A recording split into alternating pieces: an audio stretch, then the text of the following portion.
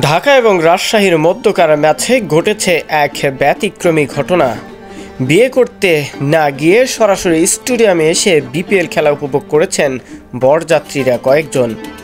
এই ম্যাচটিতে রাজশাহী যেভাবে প্রথম থেকে অ্যাগ্রেসিভ মনোভাব নিয়ে খেলতেছিল, শেষ পর্যন্ত জয়টা নিশ্চিত হয়েছে এনামুল হক বিজয়ের দলেরই। প্রথমে বোলিংয়ে নেমে দাপট দেখিয়েছেন বাংলার সবচেয়ে বর্তমান সময়ের বিখ্যাত বোলার তাসকিন আহমেদ।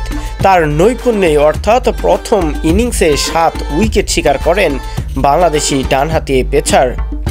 দ্বিতীয় ইনিংসে গিয়ে নির্দিষ্ট টার্গেটে ব্যাট করতে নেমে এনামুল হক বিজয়, ইয়াসির রাব্বি একের পর এক 4 আর 6-এর ফুলঝুরি ছড়াতে থাকেন ম্যাচের মাঝখানে। ম্যাচের 16তম ওভারে গিয়ে ধরা পড়ে বিরল এক ঘটনা। বরযাত্রী সহকারে অর্থাৎ বরের কয়েকজন বন্ধু মিলে আসেন স্টেডিয়ামে খেলা দেখতে, আর সেটা যেন রীতিমতোই ভাইরাল হয়েছে এবারের বিপিএলে। ঢাকা এবং রাজশাহীর মধ্যকার ম্যাচটিতে সর্বশেষ 2 ওভার হাতে রেখেই জয়টা নিশ্চিত করেছে এনামুল হক বিজয়। ব্যাটিংয়ের এমন নৈপুণ্য অর্থাৎ প্রথম ম্যাচে এবং দ্বিতীয় ম্যাচেও যেভাবে ব্যাট করেছেন, সেটা এবারের বিপিএলে নিঃসন্দেহে অনেক বড় প্রশংসার দাবিদার রাখেন এনামুল হক বিজয়।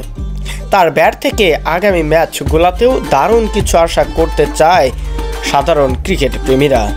শহীদুল ইসলাম শহীদ, ডেস্ক রিপোর্ট।